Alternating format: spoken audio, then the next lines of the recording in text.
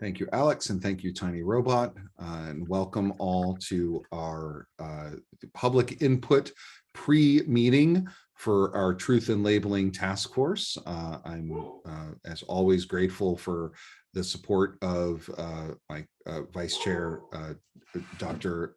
Anya Brandon, as well as the fellow task force members who are able to come, and as always, the incredible help and assistance of DEQ, as well as the supporting process of my dog Stella behind me, who's weighing in on her own public input that she has, which is very packaging related, in particular shipping packaging related, I believe is her feedback that she is giving us. So with that, I don't believe this is yet an official meeting, Alex, is that right? So I'm going to hand the baton over to you. The idea behind this is that we're going to be getting input on the proposal from the public, and be able to then take that and communicate that back to the task force as we are on this hurdling train of development of the report as fast as humanly possible. So with that, I'm going to pass the speaking stick to take it from Stella and hand it to Alex. Alex, take it away. Thank you, Chair. I appreciate that. Everyone, my name is Alex Bertolucci. Thanks for being here today. I'm staff for the Truth in Labeling Task Force. And today we're accepting public input on the proposal from the task force, which I just dropped a link to in the chat if for some reason you haven't seen it yet. We do ask that if you have submitted written proposal or written input, that you let other folks who haven't submitted input yet take their 3 minutes before you. However, if you are interested in giving input today, please message me, Alex Bertolucci, in the chat, and I will take folks in the order in which they submit their intent to provide some input. So please take a minute to do that. As I said, everybody will get 3 minutes. There will be a timer on the screen. Please be mindful of that and wrap up your comments in that time frame. I don't have anyone on the list yet, so if folks are interested in providing input, I guess even if you already submitted some written comments as well, you're welcome to message me and we will get you on the list.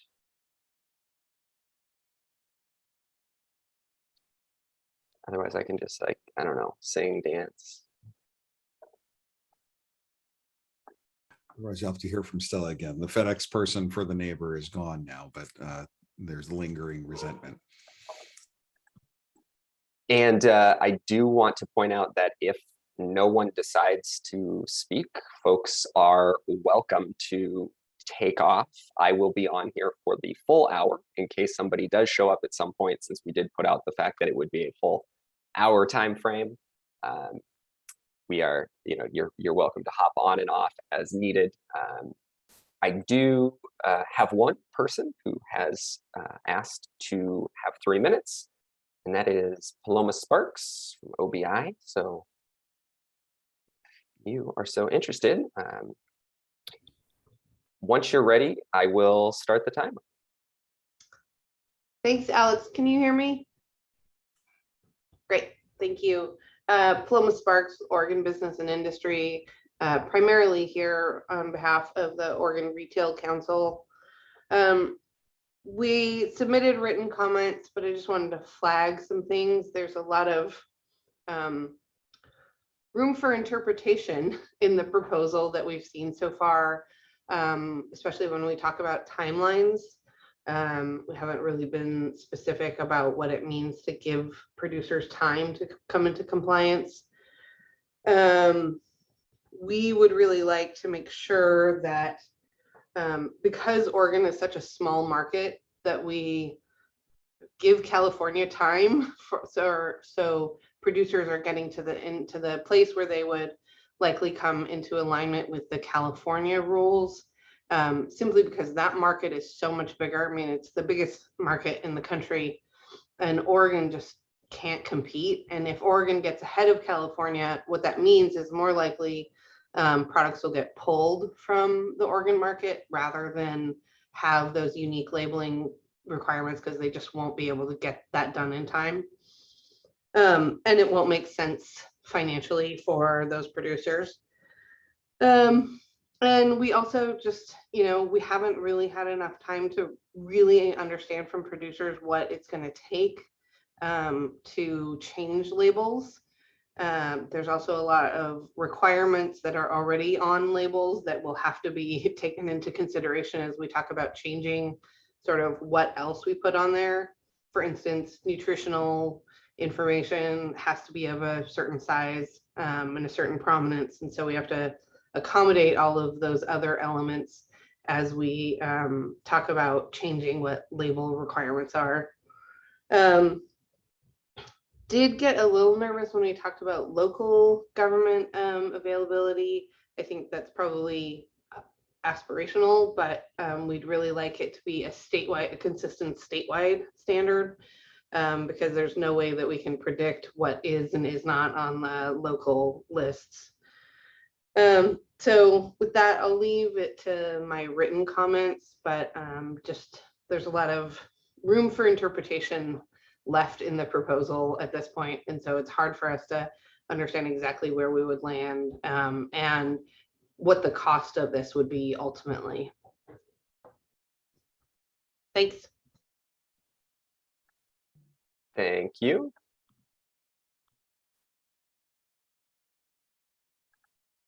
We don't have anyone else currently, and I know perhaps a few other folks have hopped on. So if you are interested in providing public input today to the task force, please message me in the chat.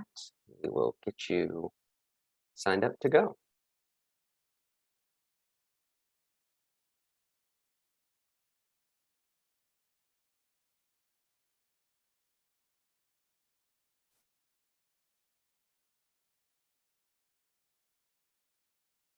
Everybody was here just to hear comments, I guess.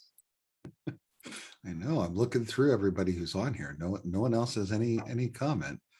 Would love to hear from folks and would love to, we're drafting this. We're really hoping to be able to get that public input and would love to hear from it. Yeah, Commissioner Kramer, go ahead. You're not the public, but you're welcome to chime in anytime.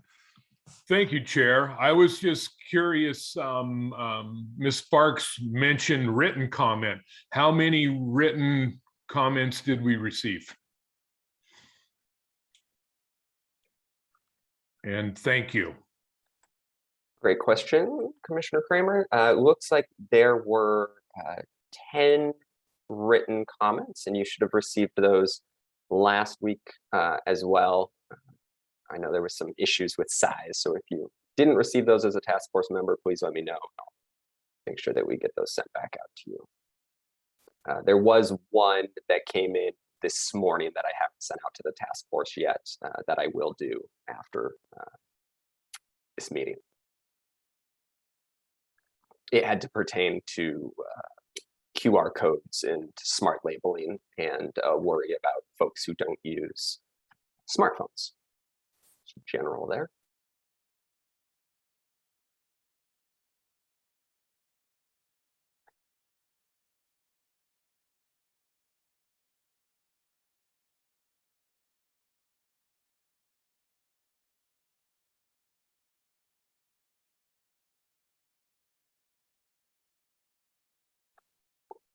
I'm going to go ahead and stop the recording until we or pause the recording until we have somebody who is interested in speaking, so we don't have large quantities of dead time. Why don't you start? Thank you, Alex. Thank you, Tiny Robot. And welcome all for joining us. This is our 7th Truth in Labeling Task Force meeting, and welcome back to those folks who were on our earlier public input call, which was rather short. We had less public oral public input than I had expected. And for those of you who were here, I'm sure you were just off camera and you're able to dig in. So I'm welcoming our various task force members, and I'm looking to see, I don't think we have quite a quorum yet, Alex. So I see we have Commissioner Kramer, Task Force Member Bulow, Task Force Member Felton. So it's 1, 2, 3, 4, 8. Eight is exactly a quorum, is that right? Oh, and there's I Dave. also see, yeah, Nicole is on there as Ah. well. So I counted, I Okay. think with Dave, 10 now. Okay, great. All right, terrific. Well, then we can get kicked off. So welcome everyone to our seventh meeting. Oh, there we go. Nice donkey there. It's good to see everyone. We are going to be digging into a working session. So we will kick off this meeting with an overview of the public input that we just received from the group. And then we are going to discuss and edit the proposal that is before everyone here. We'll have a high-level discussion of that report, and then we will do our standard public input. If you do have public input or public comment, please message Alex Bertolucci, and he will put you in queue. And we will then outline our next steps. And so with that, I actually am having some unstable internet, so I'm going to switch network. So I will be blank for a moment. I apologize.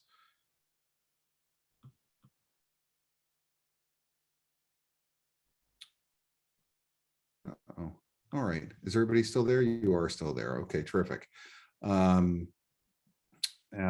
All right, so with that, I'm going to stop sharing this and dig in. Alex, do you want to lead us through the summary of public comment? We had one public comment, public commenter. Would you mind summarizing it for Sure. us? Thanks, task force members, for being here. It's good to see all of you. We did have only one person speak during the public input session that was just had, and that was Paloma Sparks, OBI.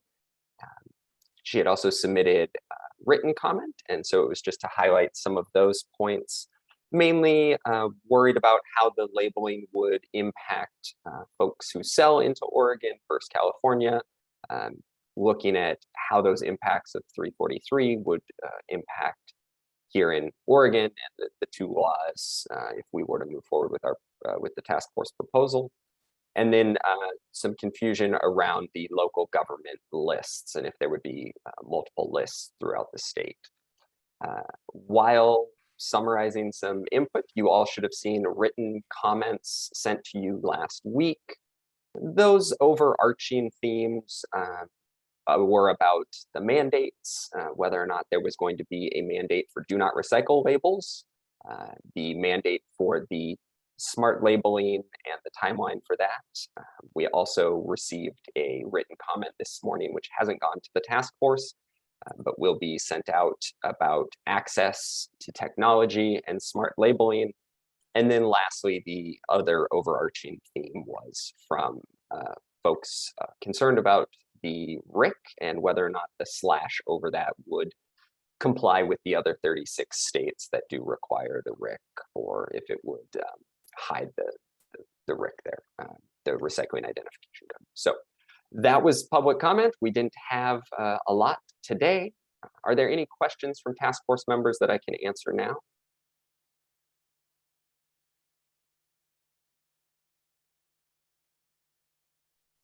Alex, was there any indication of people who wanted to weigh in that maybe had not been able to get their comments in under the deadline? Was there any request for extensions or anything along those lines? Nope, seemed like everybody got them in. Most of them came in the last day, so folks clearly were checking with their groups, it seemed like. And yeah, they got them in. There was 10 overall written comments submitted, and then one verbal comment today, which, like I mentioned, was somebody who also had submitted written comment. Thank you. Okay, well, if there are no questions for for Alex, and I think that what we will do is kind of dig in.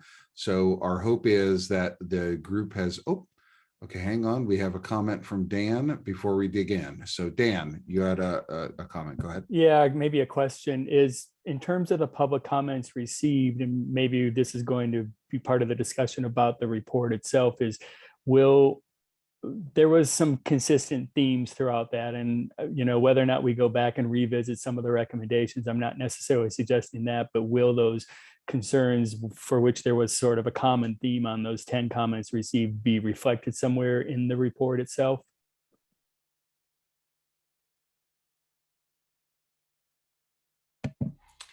I believe it will be reflected in the report itself. The format kind of came through a little messy, but if we're able to clean it up, perhaps we could do that as an appendix. I would love to see what the other task force members feel about that being added as an appendix, especially if we're able to clean it up visually. Yeah, the reason I ask is I think it came up on our last task force meeting. It was, I don't remember if it was suggested by a task force member, but were we, we voted on something and then took public comment versus taking public comment and then voting on something. Can't go back and change what we've done, but I think it's important to reflect the comments received, particularly since some of those comments mirrored concerns from some of the task force members, or support for that matter from task force members that were also echoed in public comments. That's well put. I would argue that we should consider those public comments as we're doing this editorial process, and as we had noted on the last call, task force member Felton, is that we had that it was a sort of an interim vote to be able to have those conditions, and if we needed to change things now, we could conceivably change things now. But as we're moving into drafting, it seems like most of the comment are on those sort of grace notes surrounding it, as opposed to the overall broader concepts that we had approved. But your point is well taken, and I think that this is I think we should hold that in mind as we're digging in. Sorry, I'll pause. Yep, thank you, appreciate it.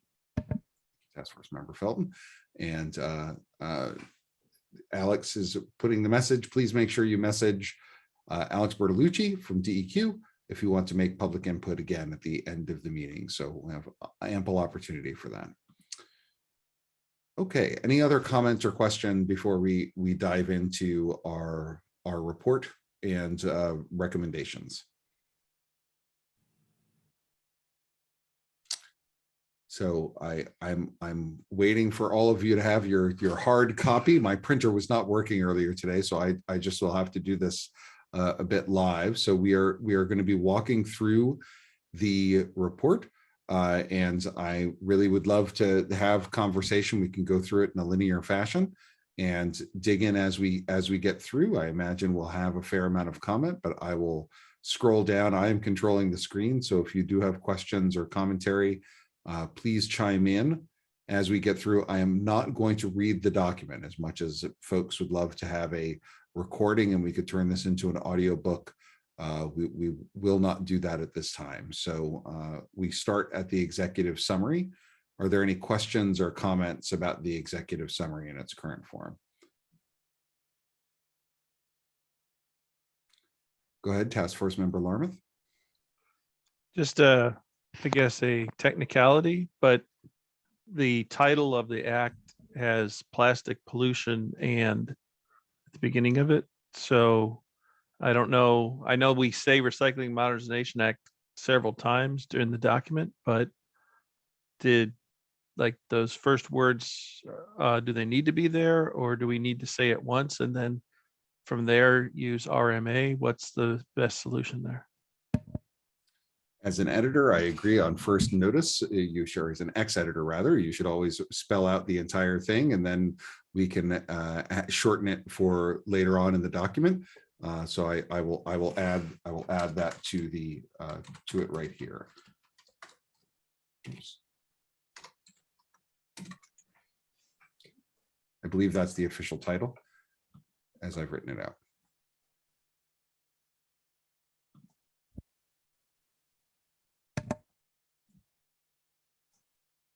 Okay. Oh, sorry. Task Force Member Mitchell and then Task Force Member Bulow. Go ahead. Thanks. I think it's actually plastic pollution, not plastics pollution. I could be wrong on that, but I think that's correct.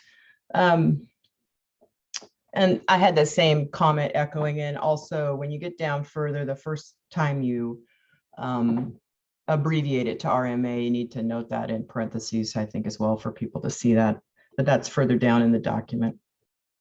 You could do it there too. Yep. I would say under the recommendations section, revision in that first sentence. I think, and I'm happy to send this to you in writing to Dylan. I've started working on it and I'm share it with the whole group, but I think the sentence should start with the following recommendations only apply if, and then you go forward into the rest of that sentence.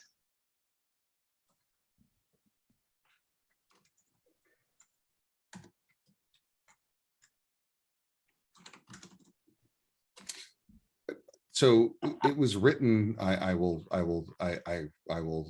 cut that beginning of it, but the question of whether or not it was voluntary or mandated was open to question, and that was some of the written feedback that we had received. So that's why I wrote "are voluntary" and only apply if, so I did that intentionally, Task Force Member Mitchell. If you disagree with that strategy, but in part it was a reflection of the feedback that we had received. Yeah, I don't agree with that. I think it's not we're recommending something to the legislative body for passage, and I don't think it's voluntary. It actually covers it by saying only apply if. If the package doesn't make the claim, then it applies, and here's what we do. If they do make a claim or don't, then it's not. But that's not really a voluntary thing. That's more a function of did they or didn't they. I suppose it depends on how you define voluntary, but I hear what you're saying. Are there any other comments of that? Otherwise, I'll change it to reflect Task Force Member Mitchell's comments. Dylan, I had Chair, I had a general comment about how we're using our time today. I noted in the agenda that we were planning on reading through, specifically focusing on the recommendations, as well as the two pieces we've yet to discuss as a task force, namely the language for accessibility components, as well as the enforcement compliance pieces. So I wonder if we should focus in on just those pieces and then save some of these other written comments for either the end of those discussions and or for written feedback. I think that's a great idea. So why don't you direct us to that next section? Yes, let me, pull up with page numbers. While you're pulling that up, I'm just going to chime in real quick because my comment is relevant to what you just said, which it's kind of more of a question. So I was wondering about sort of the editing, copy editing process, and if we should just send you our edits in like a track changes document, and maybe discuss, have the discussion focus more on edits that are content heavy. I think that's a terrific idea. And I would say don't send them to me, but rather send them to Alex Bertolucci of Oregon DEQ, unless you don't want them addressed, in which case you should send them to me. Okay, so send edits to Alex, great. And I want to also just address that on the content side, I do think that taking out voluntary is fine. It's redundant, I think, because by saying it only applies if, that already covers the voluntary piece. So I would say it's for efficiency of words. I think it's great to just let it be only applies if. Can I ask a process question to Dylan, or just back to, I think it's good to focus on the substantive pieces as well, but just from a process standpoint, are we submitting our edits to Alex and then talking about them on Friday at that meeting? Is that the plan? Yes, that's fine. that is the plan. So yes, thank you. I'm sorry that Alex, I thought underline that. I will highlight it. So yes, please do send them in. If you're able to send them in electronically, that would be incredibly valuable and much easier for us to integrate them into the document. I know some people are hard copy editors, but hopefully you can do that translation. So we're able to integrate them a little bit better. And yes, please do send them to Alex, Task Force Member Felton, and then Alex. Yeah, thank you, Dylan, and I'm happy to send along particular edits, but I did want to raise an issue, and out of disclosure, everyone, I did speak with Dylan about this just so he was aware, but if you go back to the recommend or the charge of the task force, if you will, it was specific to products and packaging. And it appears to me that our recommendations are pretty much exclusively focused on packaging. That's probably appropriate. That was where the bulk of our discussion was focused, except for at the very beginning when we had some examples of products with misleading claims. So I think it's important that as we look at these broad issues around the report, to be mindful of, did we do what we were asked to do? And if we decided to focus pretty much expressly on packaging claims and labeling, that I still think it's incumbent upon us to say something about products. And this is important because that was the task we were given to do. And I think it's important from, for instance, looking at the California law, which covers products and packaging. So I just wanted to throw that in at the top of the discussion today as we're looking at edits, and be mindful of what, if anything, we're going to say specific to products, since right now the recommendations to me appear to be exclusively focused on packaging. Thanks, Dylan. Yeah, thank you, Task Force Member Felton. That was great, and I appreciated your heads up call as well as this dialogue. So I appreciate you saying that at the top of the meeting, so that way as we are considering it, to keep that in mind. My initial kind of rough interpretation, which I did kind of looking through the document during our public comment period kind of break, was that I think that there could be some pretty small and slight adjustments and still capture that spirit, given that there is not, we are focused on packaging, and I think, rightfully so, but I think there's some adjustments and maybe some additions. So I would look to the task force members, as well as Vice Chair Brandon and Alex, as we're working through this. So thank you for raising that. Alex, go for it. Yeah, go for it, Alex.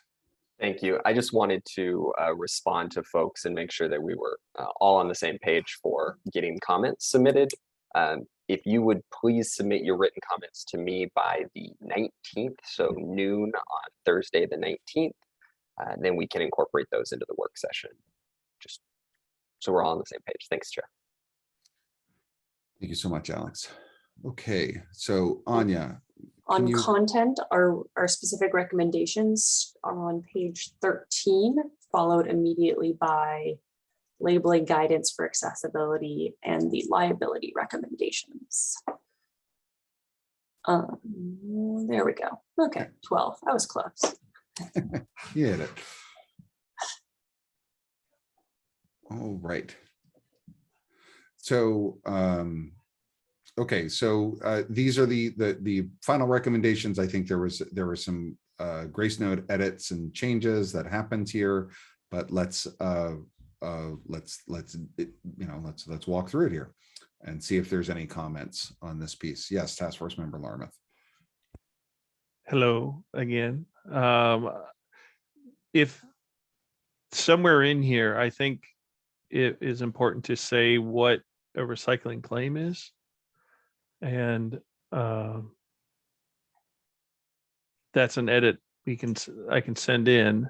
It's on our list. But I guess I want to know if you agree that we need to, that a recycling claim is something that needs to be defined.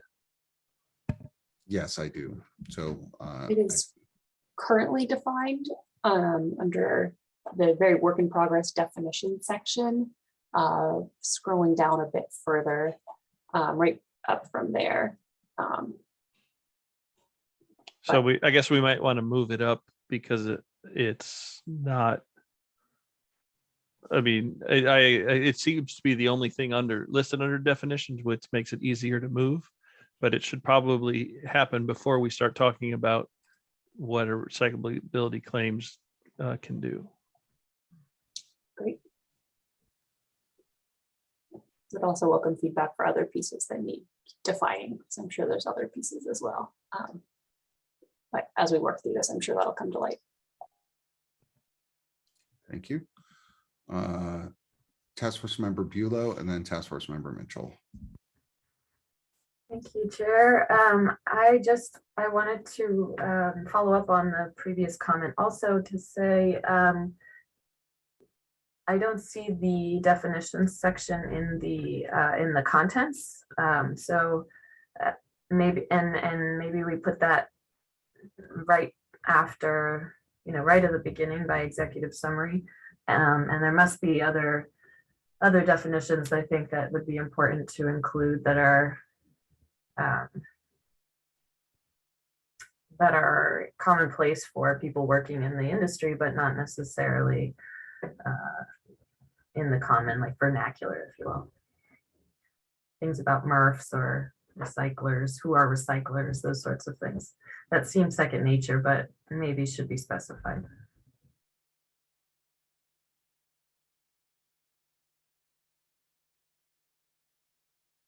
Thank you. Task Force Member Mitchell, go ahead. Thanks. I just agree with Dave's comment as well about moving the recyclability claim language up under the recommendations to the legislature, so it's all in one spot. People can refer to that. They know what they're looking at when they look at this section. And if there are other definitions, great. I agree with Maya. That's a good spot for them, is to move them up under executive summary so people have a common understanding. My only issue with that is just timing wise for this group to try and work through the document and figure out which terms either need to be defined or there are already existing state definitions. It might be a bit of a push to get that pulled together, but if it happens, that's great. If it doesn't, I think the definition of recyclability claim does need to be up in the recommendations section. So thanks. Okay. If you can follow along, if I have moved something, I don't think that we need to comment on it further. So, it was moved. This is what, this is a live editing document. So if you see it, please just say thumbs up. So I didn't notice you'd moved it. So thank you. I will do that. Thank you. Okay, terrific. So maybe we can start with the recyclability claim language and see if there's any commentary on the recyclability claim language, and then we can move on to the recommendations to legislature.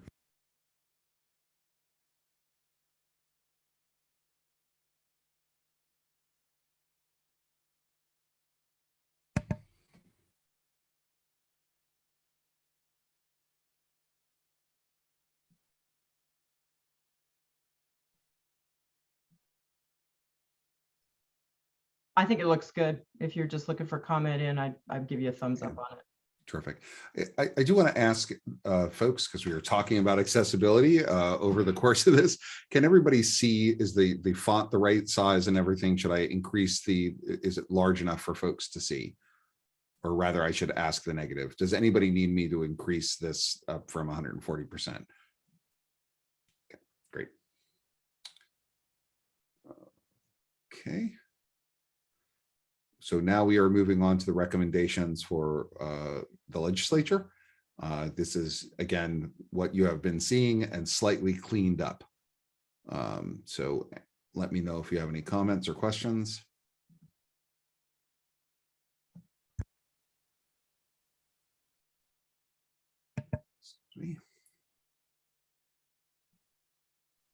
And I'm going to assume, especially on these larger issues, that I'm not going to scroll so slow that you can read it, given that you've had access to this, and this is the kind of the bigger pieces. So if you do want me to slow down, then please unmute or raise your hand. I'll keep an eye on it. Okay. So the next kind of new section that we had discussed in kind of grace notes in different pieces and different meetings. And that was worked on by Vice Chair Brandon and written with both me and Alex, is the labeling guidance for accessibility. And so again, this is similar to the other piece where it starts with, if a recyclability claim is made, to ensure legibility and accessibility, the label claim should meet the following criteria. And I will let folks read this. Vice Chair Brandon, do you want to chime in and say, like, you know, how you developed this? Maybe you can offer that up, because I know that you just did some general research in terms of, you know, federal labeling guidance, and want to see if you had anything to offer to that.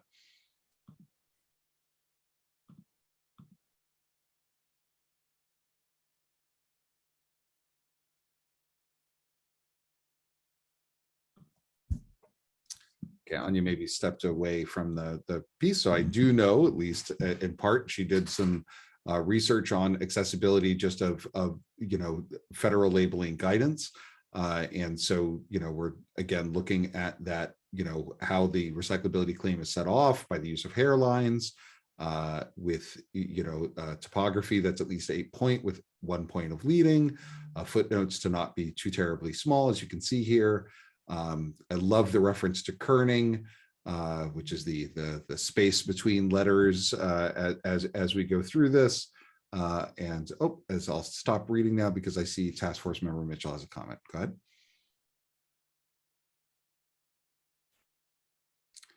Kristen, go ahead. I'm sorry, I was waiting for Anya to speak. I wasn't paying attention to that. So I think this looks good. I like the format, and I did learn a new word when you put kerning in there, so thank you for that. One thing I would note is the French Tryman recycling logo. You might just put that in the source notes somewhere so somebody could look at that if they want to see what that is, because I don't recall that, and that's my only comment on this piece. Thank you for the work. And apologies, Dylan, I was letting a dog out who does not comply with Zoom meeting hours. Yeah, please, happy to take any other questions on this, but I did appreciate that one of our public comments today brought up the nutrition labeling as, you know, other considerations and guidance that needs for labels. So really thought that was timely. Terrific.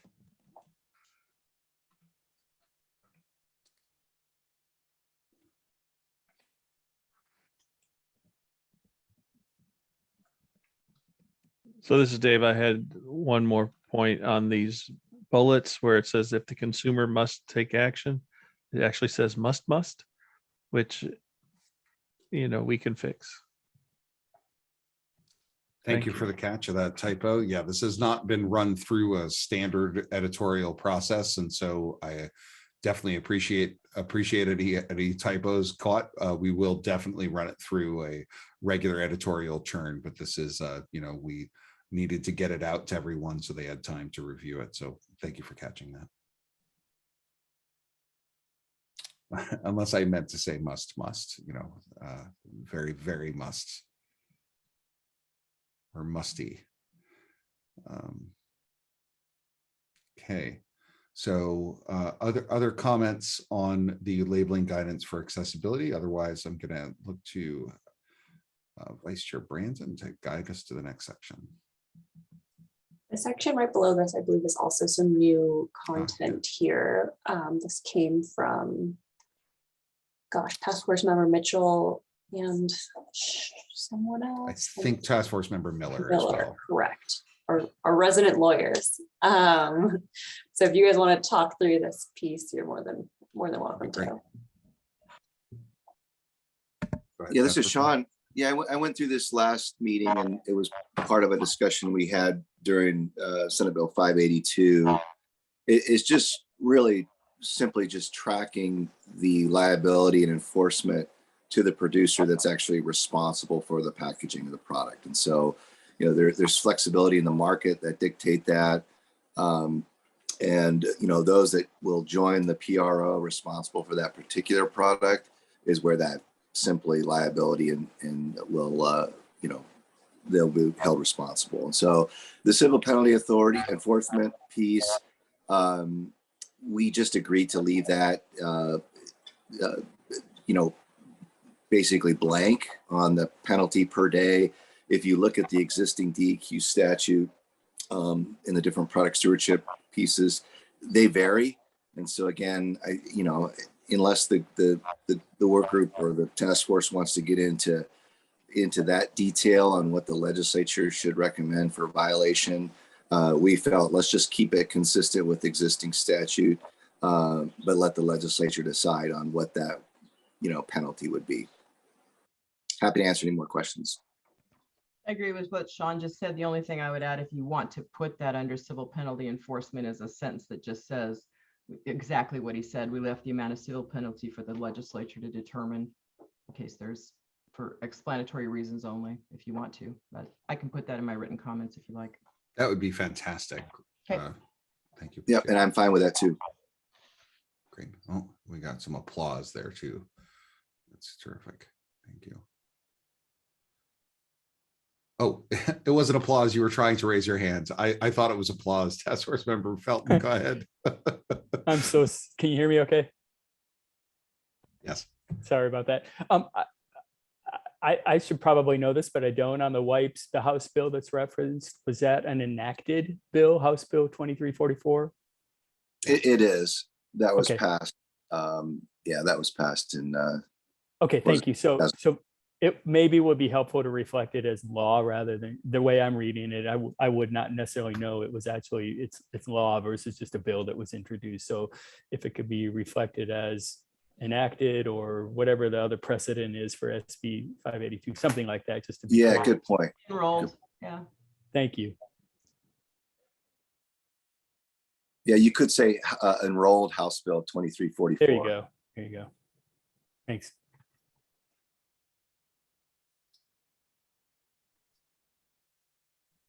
Okay. Well, actually, was it enacted? I mean, Enrolled means it was passed by the legislature and is becoming law. Yes. okay, Yeah. well, every state's different. In some Yep. states, enrolled doesn't mean it was enacted. So, okay, Yeah. thank you. Suppose I don't need to repeat it, so I'll just keep it at that right there. Okay. Were we going down past here to the recommendations? Yes, the recommendations to the PROs is the next section that was fleshed out a little bit. I would I'm seeing this, and with the reflection of the Tri-Man logo, that perhaps some examples on A and B I think would be valuable. So I'm going to add that as a comment. But would love other commentary as I type this out.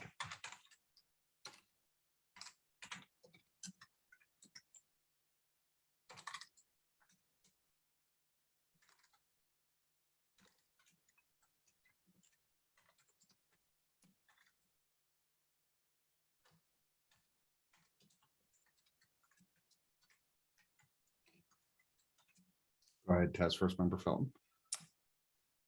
Thank you, Chair DeThomas.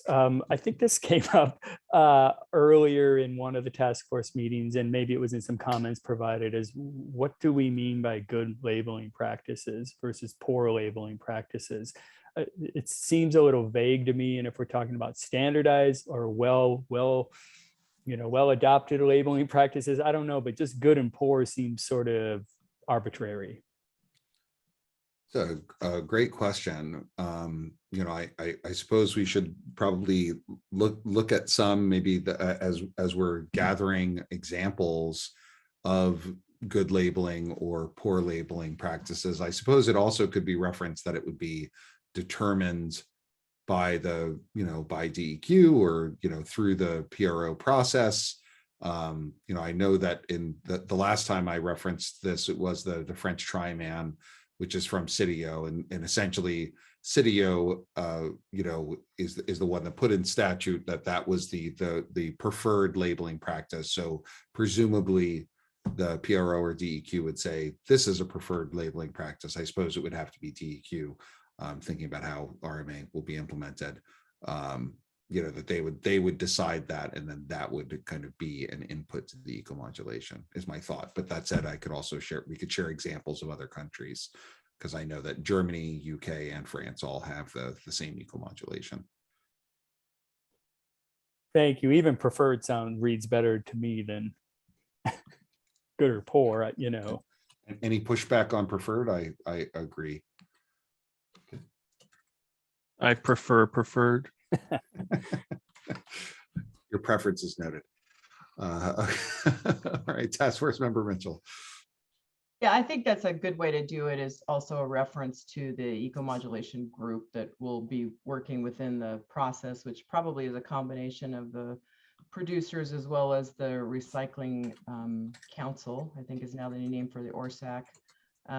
But that's a good process. I have a question on the next bullet, commonly used smart labeling technology. I think the question we had from some members is what do we mean by commonly used?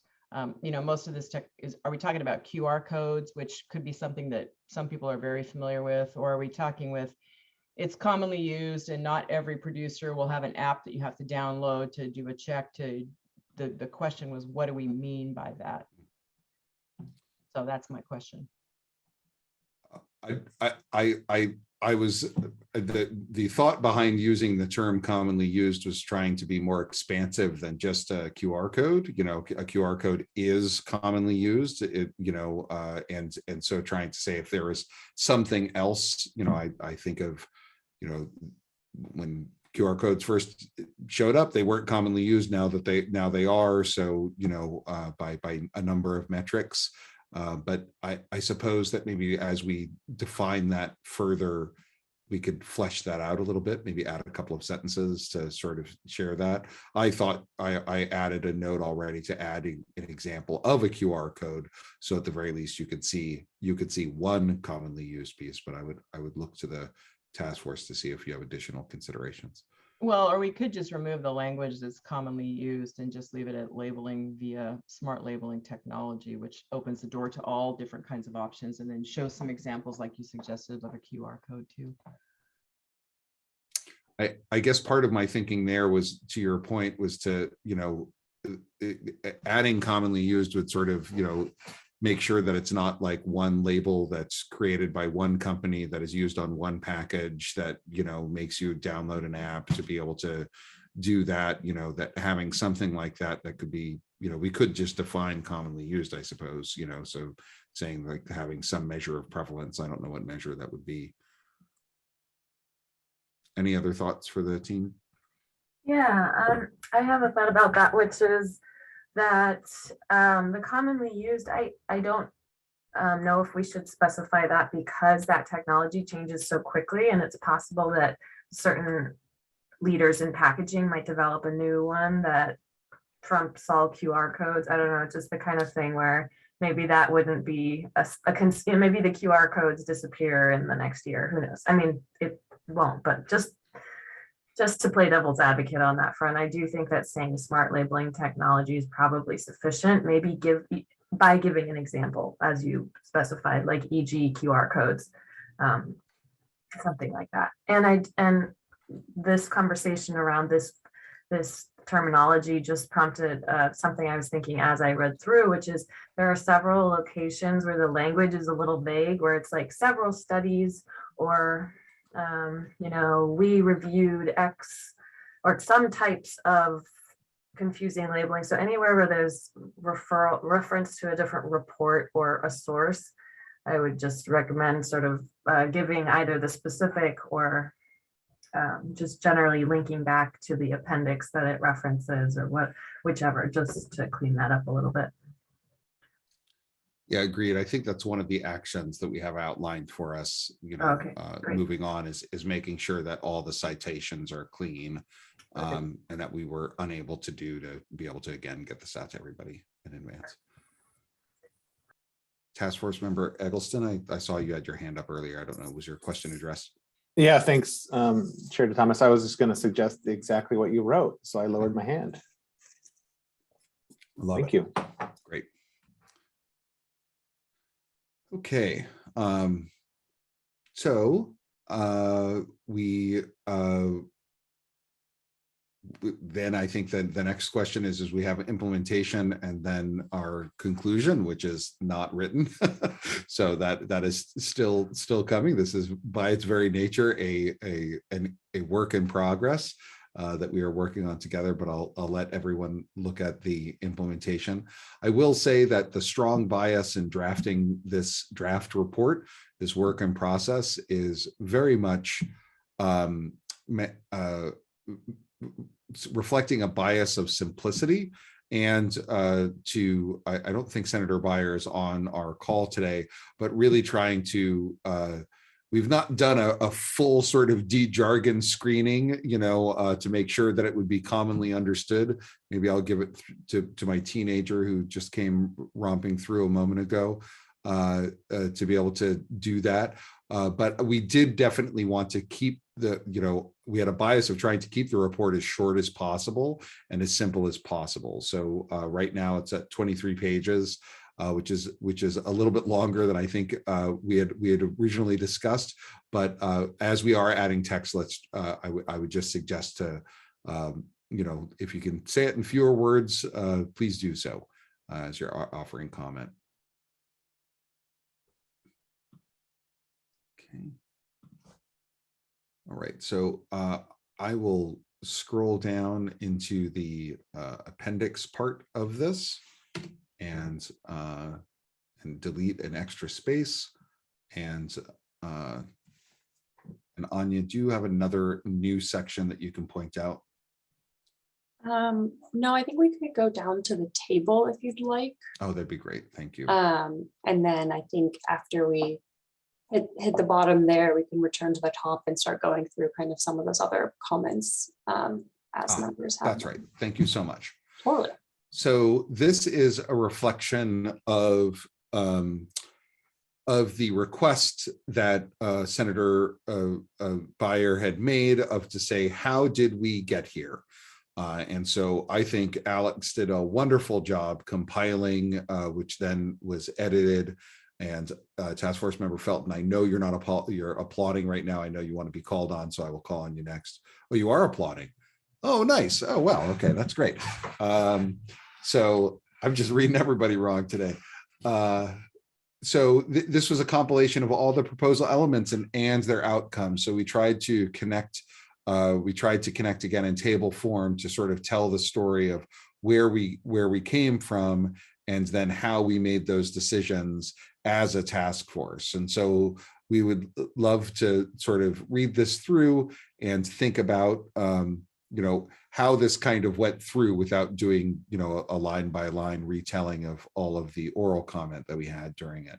But just would love to see if there's any thoughts or commentary of this list of how we got there.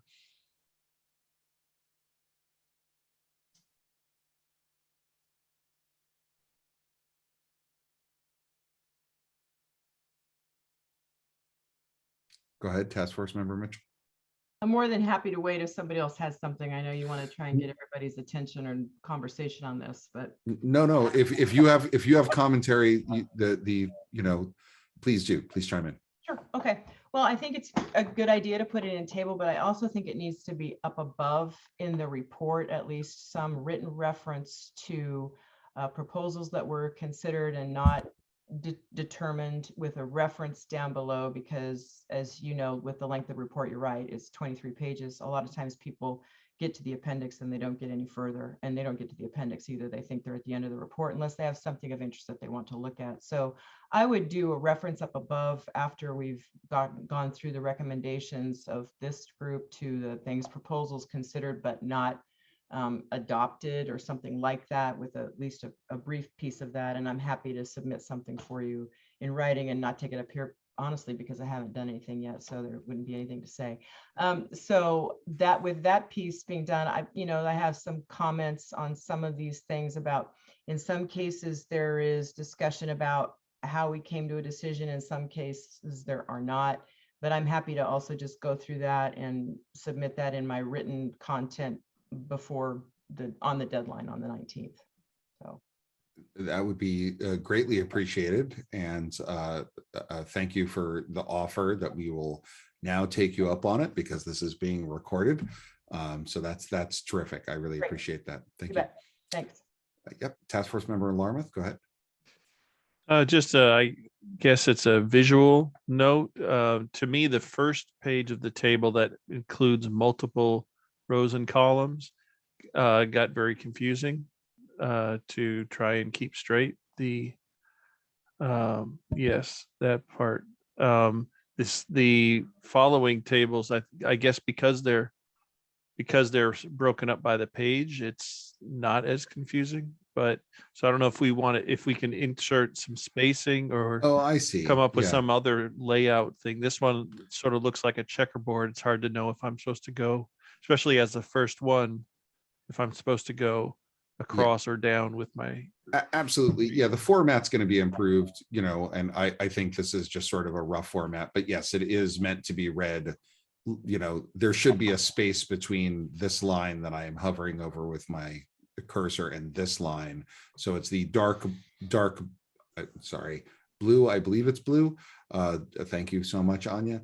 The dark blue is the first column, and then this is how those pieces were addressed, and then this is the next line, to your point. So it should not be read in any other kind of direction. And yes, we will improve the format. The idea was to see if a table was an appropriate way to deliver this. And I think it is if we clean up the format, for sure. That makes sense. And just a follow-up question. It appears to me, and that isn't the same thing as to everyone. But some of the answers, or additional information, appear to be shaded boxes, and some of them appear to be white boxes. Yes. And so do those indicate something different? Yes. So when the boxes were white, like this one, it means that they were included in the proposal. The shaded boxes, whatever color this is that it was essentially kind of subsumed within that. Actually, hang on, I'm double checking, or that we didn't need to include it. Isn't that right? Sorry, I was off mute. I think it's the opposite. Oh, it's the opposite. Sorry. Just because those elements are that's right. included in the Yes. report. Yep. It might also just be random. I was going to say, because these are the same.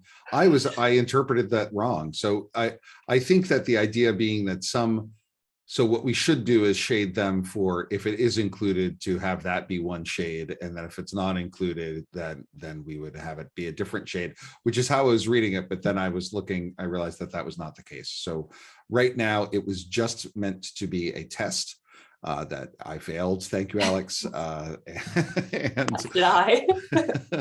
so that's totally fair. Thank you. That's a great call out, Task Force Member Larmouth. Go ahead, Anya. Here to help. I was just going to say, I have some ideas on how we can update this, and I'm happy to submit that in written format for Alex.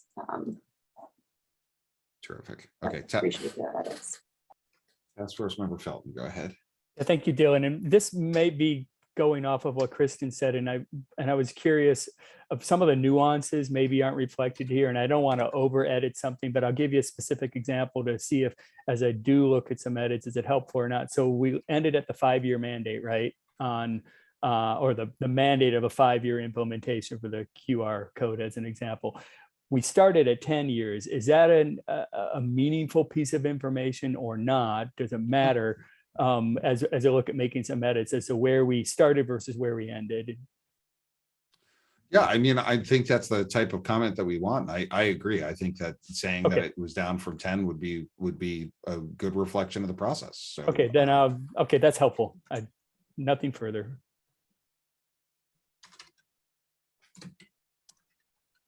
Okay.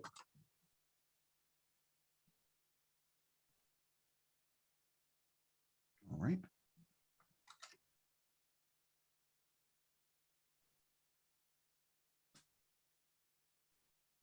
Scroll down.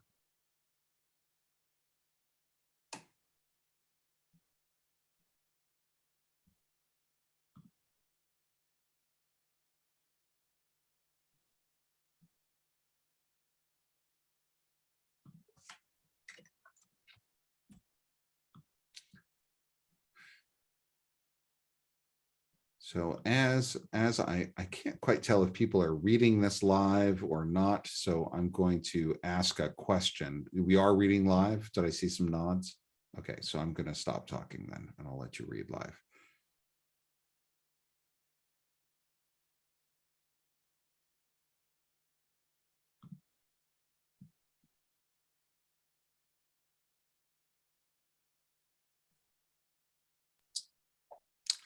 Task Force Member Eggleston, go ahead. Thanks, Chair Thomas. I just wanted to, I don't really have anything wordsmithy specifically here, but, and maybe we talked about this, I'm sorry, I was a little bit late. I just noticed in some of the general comments after reviewing what Alex had shared with the committee, that I sense there's a little bit of confusion about what is required and what is allowed, or what is an if. Mhm. And I guess I sense that around the recycling symbol. So I think, if I understand correctly, we're not saying you have to label something on the uniform statewide collection list with the recycling symbol. We're kind of saying, if you're going to label this product with the recycling symbol, it has to meet this, this, and that. And I think from my understanding in our discussion, the intent there is we don't feel, at least our collective understanding is, we're not setting up any producers to be in collision with other state laws, so that to comply with Oregon's, they would have to violate another state's law. And I think just being really explicit about that in the report, I saw that it was tried to be called out, but I think that is something I noticed the most in the feedback, that was maybe lost a little bit in a lot of the comments. Yeah, we even added text to sort of try to clarify that, and that's valuable. Perhaps we can even do it in a call out box, something like that. That is a design change that we can kind of have maybe on that first page as an idea, because you're right, it even as we added text, it still got lost in the commentary. It's an excellent thought, Task Force Member Eggleston.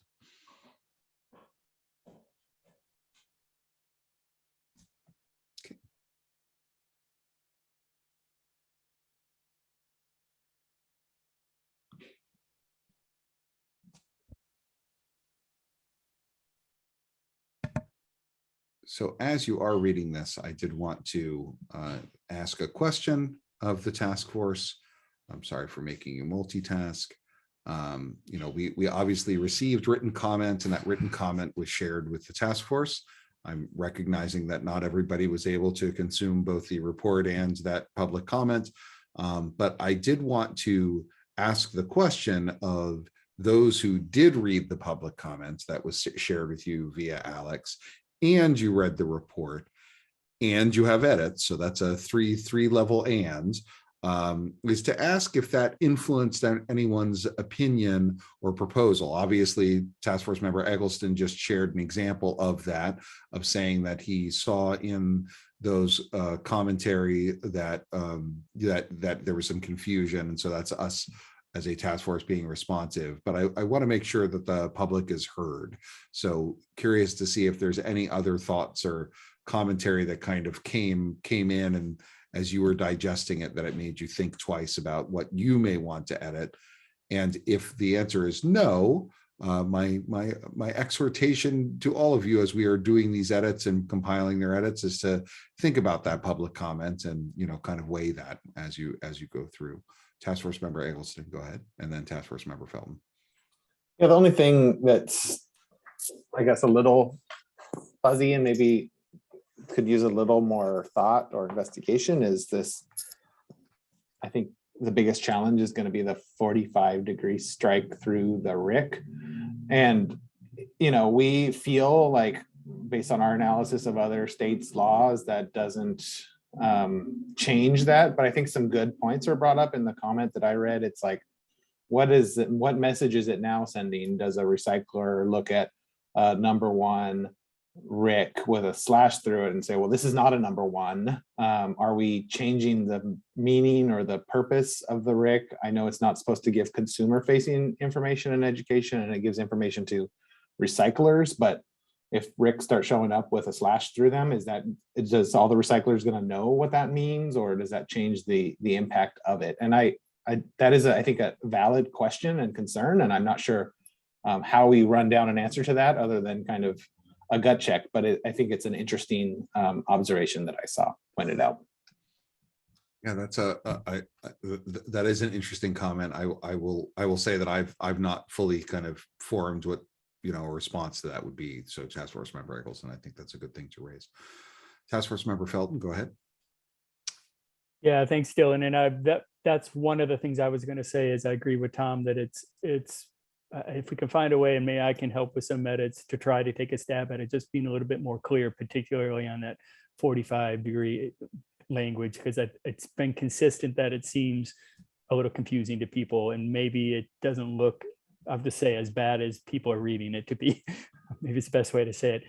The other thing I wanted to say, and it goes back, I'm going to sound a little bit like a broken record, but what I said at Sure. the beginning of the call today is that I want to make sure that we are clear at some point in the report that we heard the public comments and that they were considered. And maybe it doesn't need to be specific points, but the one I'll go back to is the 45, is the mandate on the smart technology, and that there would seem to be consistent concerns of a mandate versus voluntary. And if this is where we ended up, this is where we ended up, but that we heard even through the public comment period and had a discussion about that, and it didn't change the outcome, is all I wanted. I just want to make sure that we make sure those people know their voice was heard.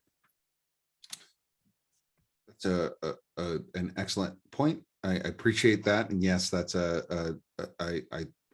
perhaps if we're able to compile that and kind of say the direction where that's the specific commentary is coming from, I think that would be valuable.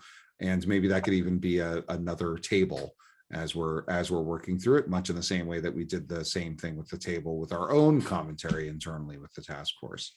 But I think that's wise to highlight. Not sure where I should put a note on it. I guess I'm going to pop it up here while Task Force Member Mitchell has a comment. I think that's a good point from Dan, and we can put it up in the text as well, just as in the same area where these are the things we considered but didn't make it into the report. And here is the public commentary that we received and considered while working on the report, and then put a reference to it. And I don't think we have to spend a lot of time walking through it or summarizing it, but mostly just we got it, we heard it, we saw it, and here it is. But I agree with him.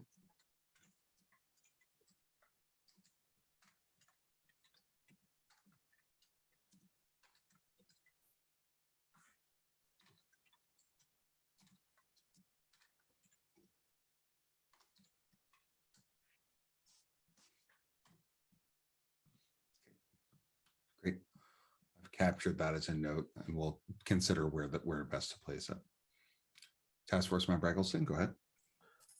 Another thing, just going back to this /Rick thing. I think it would be important to make note in the report, and I didn't get a full, I'll admit I didn't read word for every word in the report. Just that the intent of that is to, and I think we did that in our proposal notes. It's allows compatibility with 39 other states. But I think we should elaborate on that a little bit more, just to kind of, to just elaborate on why this recommendation is in there. And it's really about the resident identification code. And I don't know if it necessarily says that in the recommendation itself, but it really is about that symbol more than others. Of course, I guess you could put a recycling symbol anywhere on the product, but yeah, just in regards to explaining that recommendation. Got it. Okay.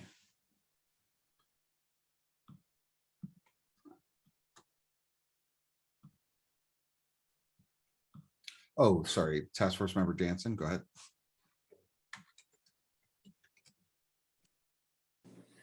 Yeah, I am kind of going down the same path, trying to figure out how to talk about the RIC code. And something I observed over the weekend, I was volunteering at a James Recycling event. And one of the things that a lot of consumers kept bringing up, talking about, everyone looks at the RIC. They look at the bottom of a product.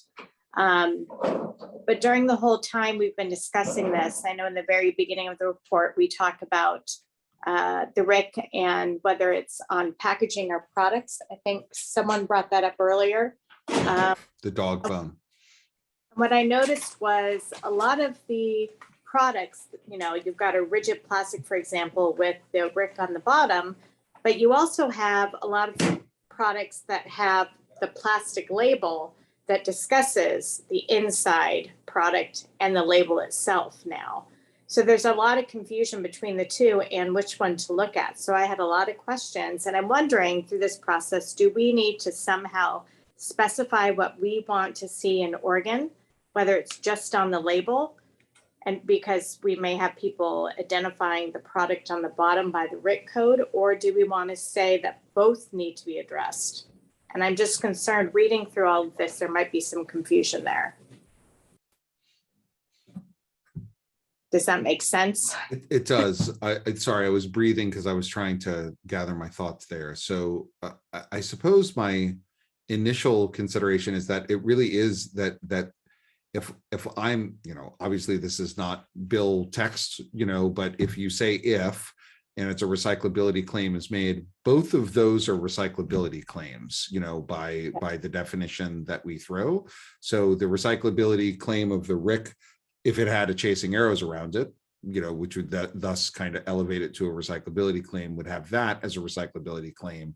And then the recyclability claim on the label would be another recyclability claim. So you could be in, I'm trying to think my way through. If you don't have chasing arrows around to the RIC, that would not be a recyclability claim. So it would just be what it is, which is a resident identification code.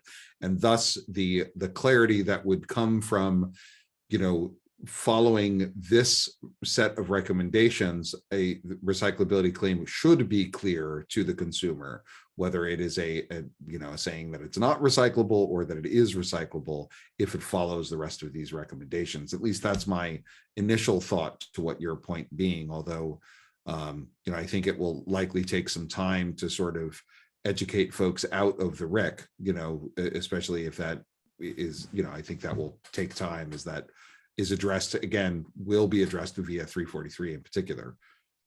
So I guess where I'm going with this too is we've been discussing a lot about the slash mark through the RIC potentially. And I know we had discussion about how it's really difficult to read, especially if it's on the bottom of a product, the actual versus the label. It's actually a lot easier to read. So I'm just wondering if there is something we can do that, if that is going to be a part of the end game with this report that we're coming out with, maybe it needs to be something that's just on the label, and that versus what's on the product, because people will not be able to read it. So the RIC being on the product label, is that what you're suggesting instead of? Well, and because there's products that have the RIC or the identification on the labels. I saw a bunch this weekend that people are already using. Oh, interesting that the RIC was on the label, that it was not embedded in it, because my understanding is that many of those statutes say that it has to be embedded in the package, so it, but maybe, yeah, go ahead. They had it on both. So they would have it, they actually had it container, and they'd live one thing, and then they had the label, like they specifically broke it out that way. They also had a lot of things where plastic originally had the correct RIC on it, and then it was fused together in some way, even though it was two separate parts originally, and then it came together and was fused. And so that also looked like it should have been recyclable. So there was a lot of problem, and I kept all of those as samples just so I can report them as problem materials. But I just want to make sure that at the end of this, that we still have answered these questions that were very confusing for a lot of people coming, from residents asking me these questions this weekend.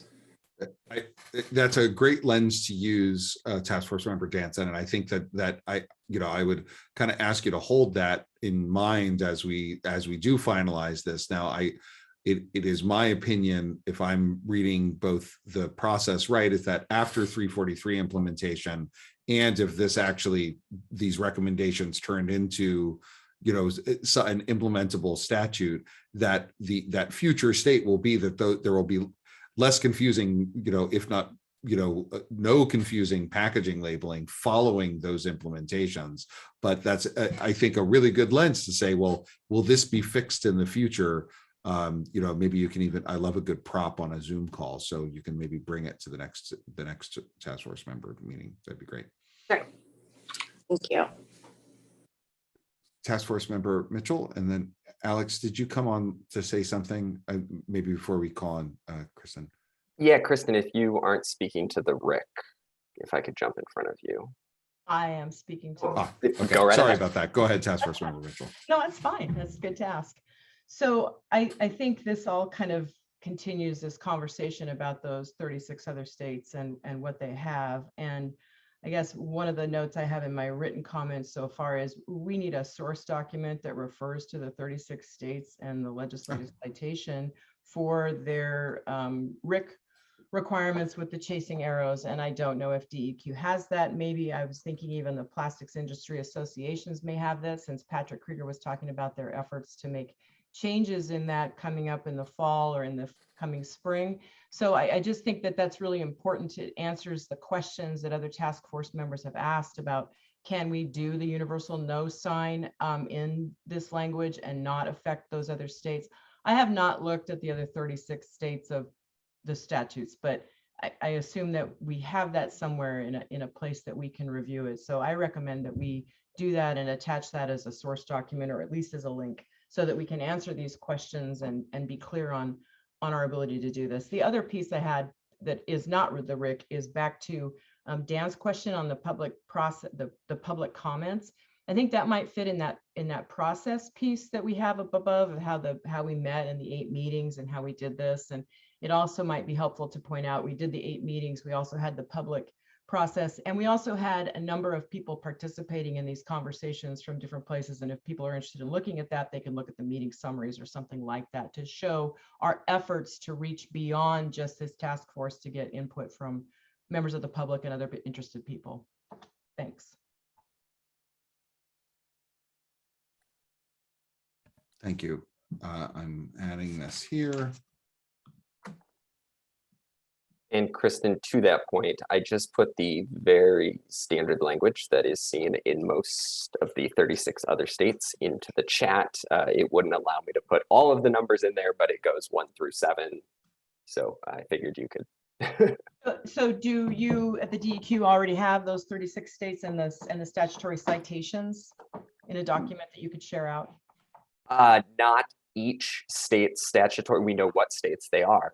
We don't have a statutory label for each one of them, but the general, since they were all pushed by the same group, the language is very similar, and that language is what we've put in the chat there. I just think that the point for me is, if we're going to refer to something and say we're not affecting 36 other states, we need to make sure that we understand what each of those states has. And the only way you can do that is by a review of each state's statute specifically. So thanks. Thank you, Kristen. And then Chair, if I may.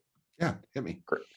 So back to the point of the 45-degree angle slash, it's intended to discourage folks from using the RIC on items that aren't necessary to have the RIC on as well. So keeping that in mind, Kristen's dog bone that she submitted as a confusing one is a very good one. Most of the states talk about rigid plastic bottles and rigid plastic containers. That dog bone is neither of those, and so probably wouldn't need that RIC by any of the other states. So them removing it wouldn't probably be an issue. Thank you. Thank you for that. Task Force Member Felton. Yeah, 2 things I can tell you, because I've seen it. The plastics industry does have a document which gives all the statute sites. Now, I don't know that it's the public document or if they're willing to share it, but I can tell you it does exist because I have seen it and I have clicked through on almost every single link. So there's a start for that. And I to the comment that Alex just made, and we had this discussion at one point, Dylan, is to understand, and I don't know if this bears needing to say in this report, is that there is not, correct me if I'm wrong, a restriction on the use of the ASTM solid triangle with the RIC, correct? Because that's not to be considered a recycled, how do I say this? Recyclability claim. Thank you. Yep. Tripping up because it's 6 o'clock my time. I was going to say it's late for you. Yeah. So I just, to be clear that, and I don't know if it bears putting that somewhere in the report, but just wanted to raise that. So. So, yeah, so I would suggest it's not a recyclability claim. This would be in, you know, again, that would be quite a significant can of worms, because that is in statute in California and 343. And so that is also the ASTM standard. If California had sort of referenced the ASTM standard instead of describing the equilateral triangle that it does currently, but ultimately I would say that does not include a recyclability, or does not, it is not a constitute. Thank you. Ugh. Got it. It's only 311 here, but you know, what are you going to do? Constitute a recyclability claim in here. So I don't think that would be out of in arrears with another state. Thank you. Can you, sorry to jump ahead, Dr. Brandon. In California's Senate bill, the triangle without the arrows is not a recyclability claim, or is? It is not a recyclability claim. It Okay. requires things that are not recyclable to have the equilateral triangle instead of the chasing arrows. If it has the chasing arrows, it is a recyclability claim, and so thus can stay the same, I guess. Oh, sorry, Vice Chair Brandon, go ahead. I was just wondering,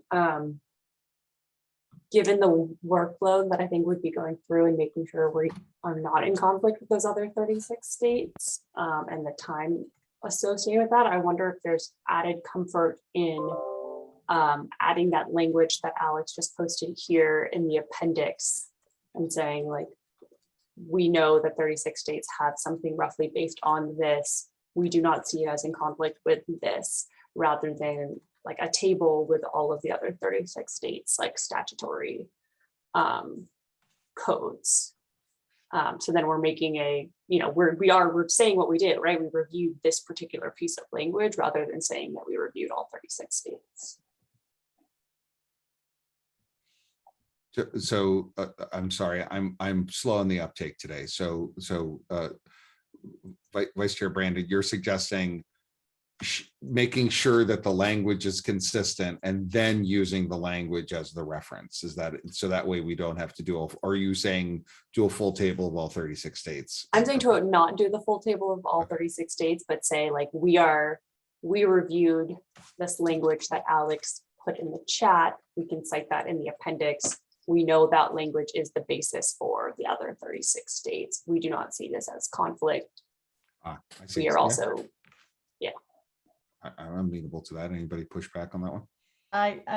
So here's what I think about that. Sorry. I think it's great to show the language as the example language, and the fact that SPI moved this through the 39 states at the time is probably indicative of it being very similar in other states. But we still need to have the source document that shows all 36 state statutes. And if Dan already knows that some of our colleagues in the industry have this, it would seem to me that they would be, I would think they'd be willing to share it, since they've said they're working on solutions for it. And I would expect that they probably do want to be partners in this process. So I would think the first thing we do is ask.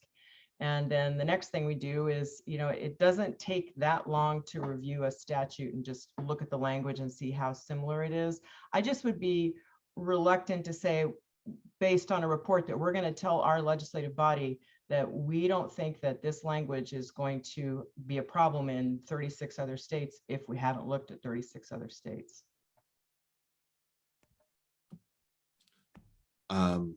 Noted. I have already reached out and asked for that document, should it be a publicly available document. So I guess I can multitask and will report back if it's not. I do have an older document that cites it. That is, when I say older, I mean like a decade and a half older document that does have citations, but I don't know if it's certainly not up to date for Washington, Oregon, and California that have changed their laws around the RIC or proto-RIC as Oregon's was. But I will hope to have something that's up to date, and we can take that on. That's I think that would not be too much of a burden if the statute's not too terribly long. And perhaps if we get that, Kristen, is that something that you would like to, review? Oh, no, I didn't mean to be too mean about kicking that ball back to you. but- I'll look at it, but just as I have to give the disclaimer that I can't be giving you legal advice to this group, or the Oregon State Bar would be happy to let you then sue me on behalf of all of the world. So I'm more than willing, and I will look at it. I just don't know if I'll get it done by Monday. But I think it would seem to me that our partners at DEQ may also have that, even if it's not Alex, because of the work we've been doing in this process too. So happy to be a part of it, you bet. Sounds great. Thank you. And we will not hold you to that. And we don't want to get you in trouble with the bar. Task Force Member Felton, go ahead. Yeah, thank you. And to be clear, the document that I have seen is Excel spreadsheet. So with all the links in it. So it maybe if plastics at minimum is agreeable to handing off that, then some of us, could team up, or DEQ can take a look at it. However, but just to be clear, what I have seen anyway isn't like a formal Word document or table. It's a spreadsheet. So, but it's got everything I think we're looking for. So. I also just think it's important to remember that we should not present this as legal advice or like legal final say in our recommendations. So I'm all for gathering the intel and information, but this is not legislative language. It's going to bring, before it becomes legislative language, I think council would review it and reach out to other states, all of those things. So just wanting to make sure we understand we're all aligned on like the threshold of which we're meeting here. I'm seeing both virtual and real thumbs up in response to that.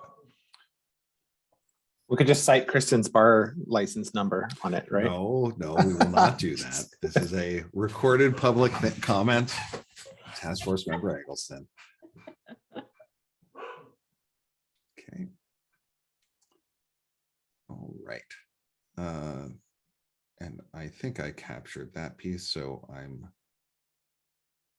going to see where we go next. Are there other, I'm going to re-ask the question again about the public comment and adding pieces. I will say that I'm still sort of seeing like, does that public comment, should that turn into a proposed edit? And I'm sure that I will integrate some of them in my own, editorial commentary as I go through here myself. So I'm sure that will be the case for you as well. And I would just look to some of our members of the task force we haven't heard yet from today. If there's any particular sections or other pieces you'd like to highlight, would love to ensure that we are hearing from everyone as we are reviewing and editing. Thank you.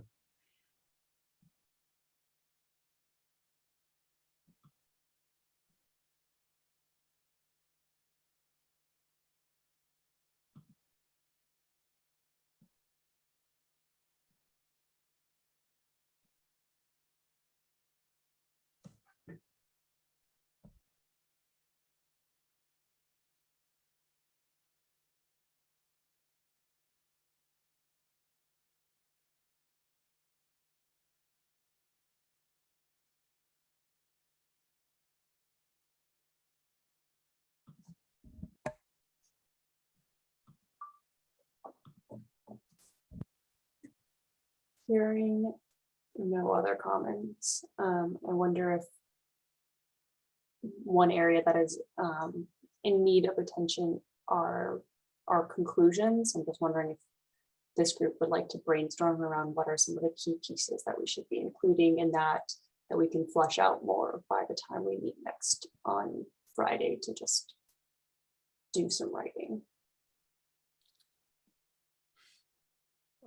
I'll state I'm a big fan of restating the introduction, so I would love those recommendations to be in the conclusion. And then maybe a sentence like, there we handled it. Task Force Member Eggleston, I'm going to chastise myself for making a joke after I chastised you, so. It's all good.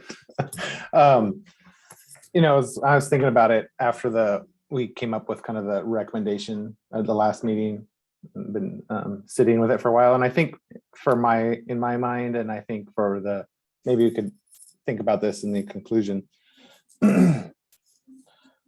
I think the goals of this proposal and our goals as a task force have been to reduce misleading claims and focusing on the impact of the recycling symbol being on a product that it shouldn't be, and it results in contamination or results in things ending up in the recycling stream that shouldn't be there.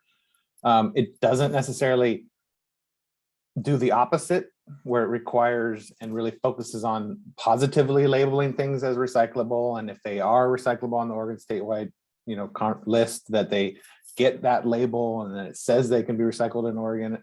And I, you know, both have merit, but I think the bigger problem and the more common denominator is what is not included as recycling across, you know, the Western states or other states. So I really think the conclusion should be that the challenge we're trying to tackle is misleading claims, not good claims and positive claims.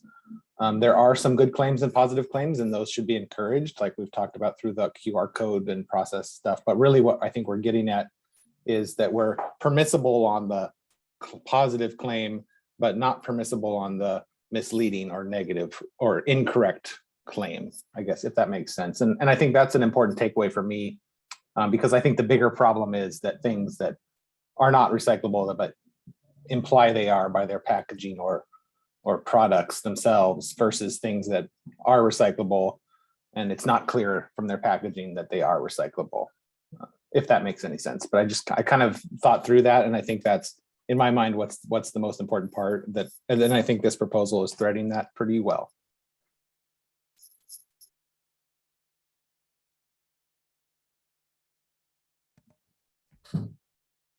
Thank you. That was a great comment. Task Force Member Eggleston. Any other considerations?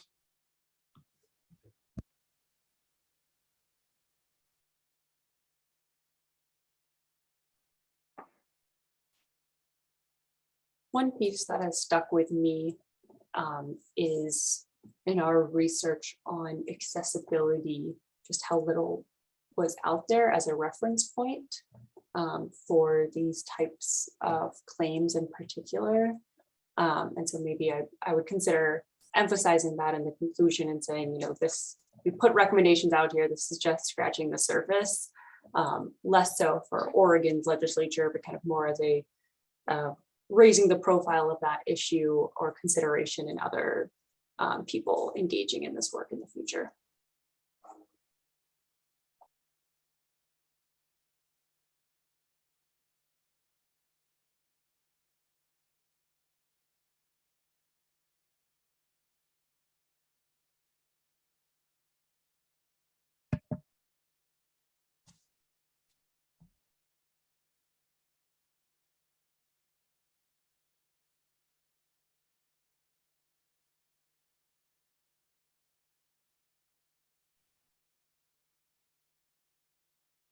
Go ahead, Task Force Member Eggleston. I'll stop talking after this, but You don't have to. That's great. Anybody but me. I also think in the conclusion, it would be important to reiterate that the task force believes that these recommendations could be adopted without violating any other existing state laws, without the manufacturers, you know, being able to sell products into the state of Oregon without being in conflict with other state laws.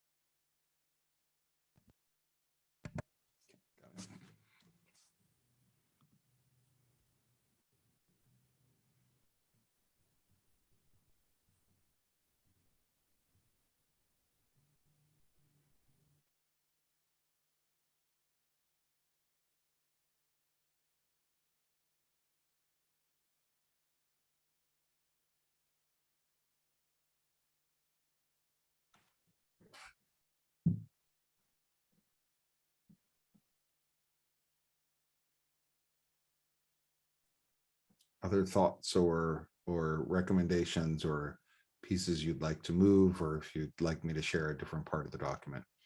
Go ahead, Task Force Member Felton and Task Force Member Mitchell.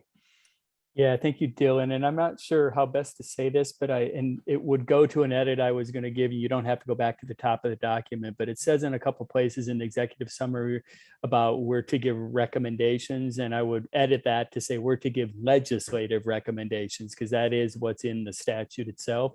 But I'm trying to think if there's a way to sort of put a period on this also to remind in the conclusion that these are legislative recommendations, but that opens up a whole nother process, right? So, and I'm not sure how best to say that, but this is simply the recommendation of the task force. It may lead to future, and because they are legislative recommendations, then it may lead to legislation being introduced, which then begins a whole nother process.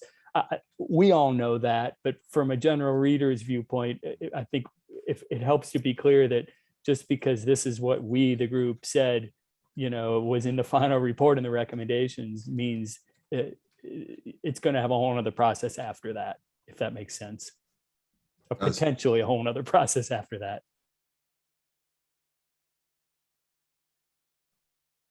Thank you. That's a great thought. Task Force Member Mitchell. Thanks. I wondered if we could jump up to page 8. I have a question on some of the content.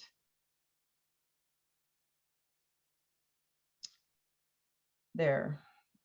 Below are the 4 primary impacts of contamination on the recycling stream. Where did this language come from?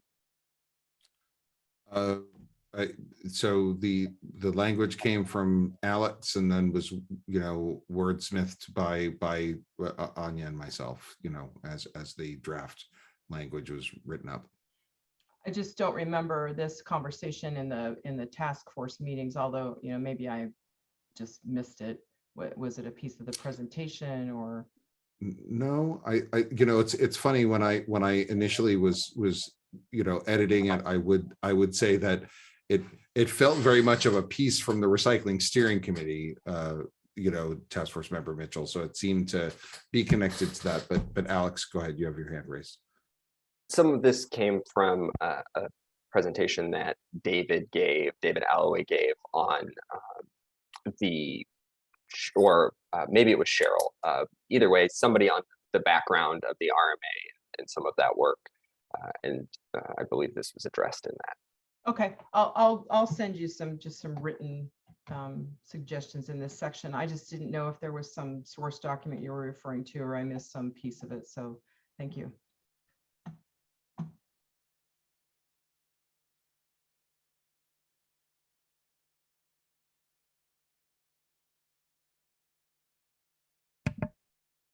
Okay.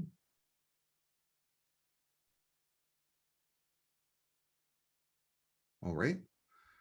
So I'm gonna go to the top, and we can wordsmith for a bit if you have some wordsmithing in mind.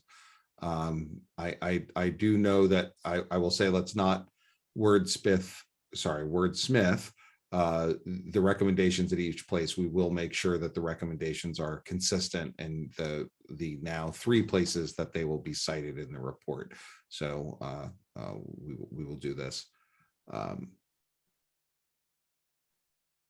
And I'm going to skip, and again, similarly, I appreciated the call out of the missing piece in the contents. We will make sure, but obviously the table of contents will be adjusted as we, get to the final report. Don't forget to proofread your name and where you work and who you represent. Yours is wrong, Dylan. Is it? Oh, you're right. It needs that V in there. Yeah, it needs an article. That's a great. Thank you, Dan. See, takes the team. I love it. Okay. I thought the background was rather pithy, and I thought the graphic was also very helpful from the presentation that David gave, but I will let folks kind of chime in. So Dylan, I guess for me on this, I've got stuff in writing that I just think would be easier to send in writing than do an editing live. So I'm probably not Sounds going to good. offer anything in here. Thanks. Absolutely.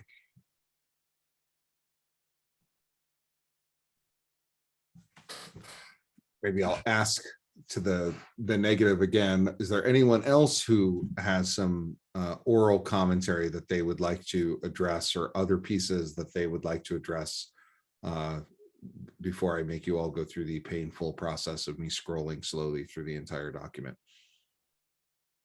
Unless you do want to read live, and this is kind of helps clarify your thoughts, because I know that can be very helpful for some folks.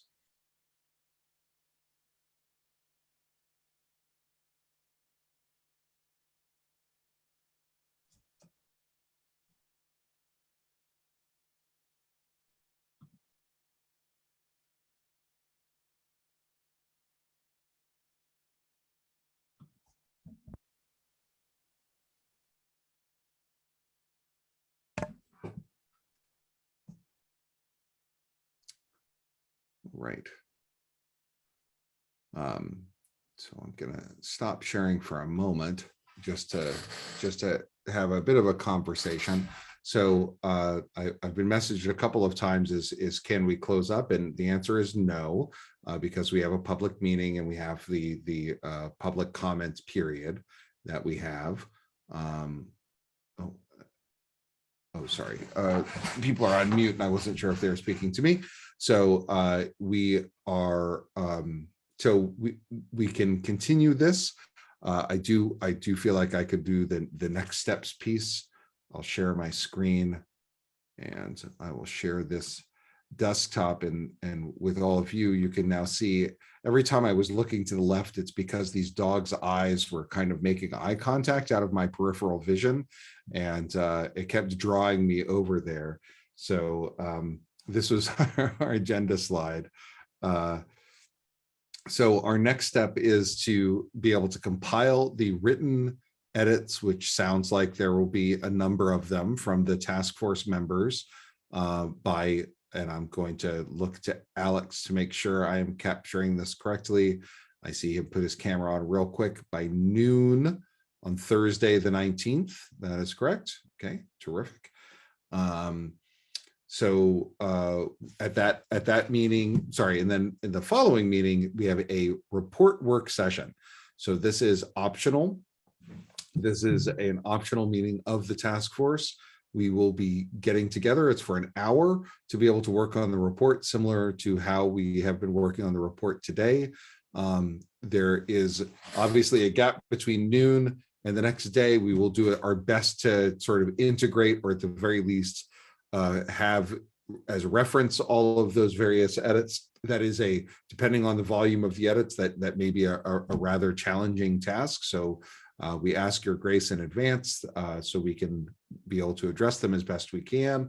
And I'm not exactly sure the process of how we'll have to do that. Alex will have to connect. Go ahead, Alex.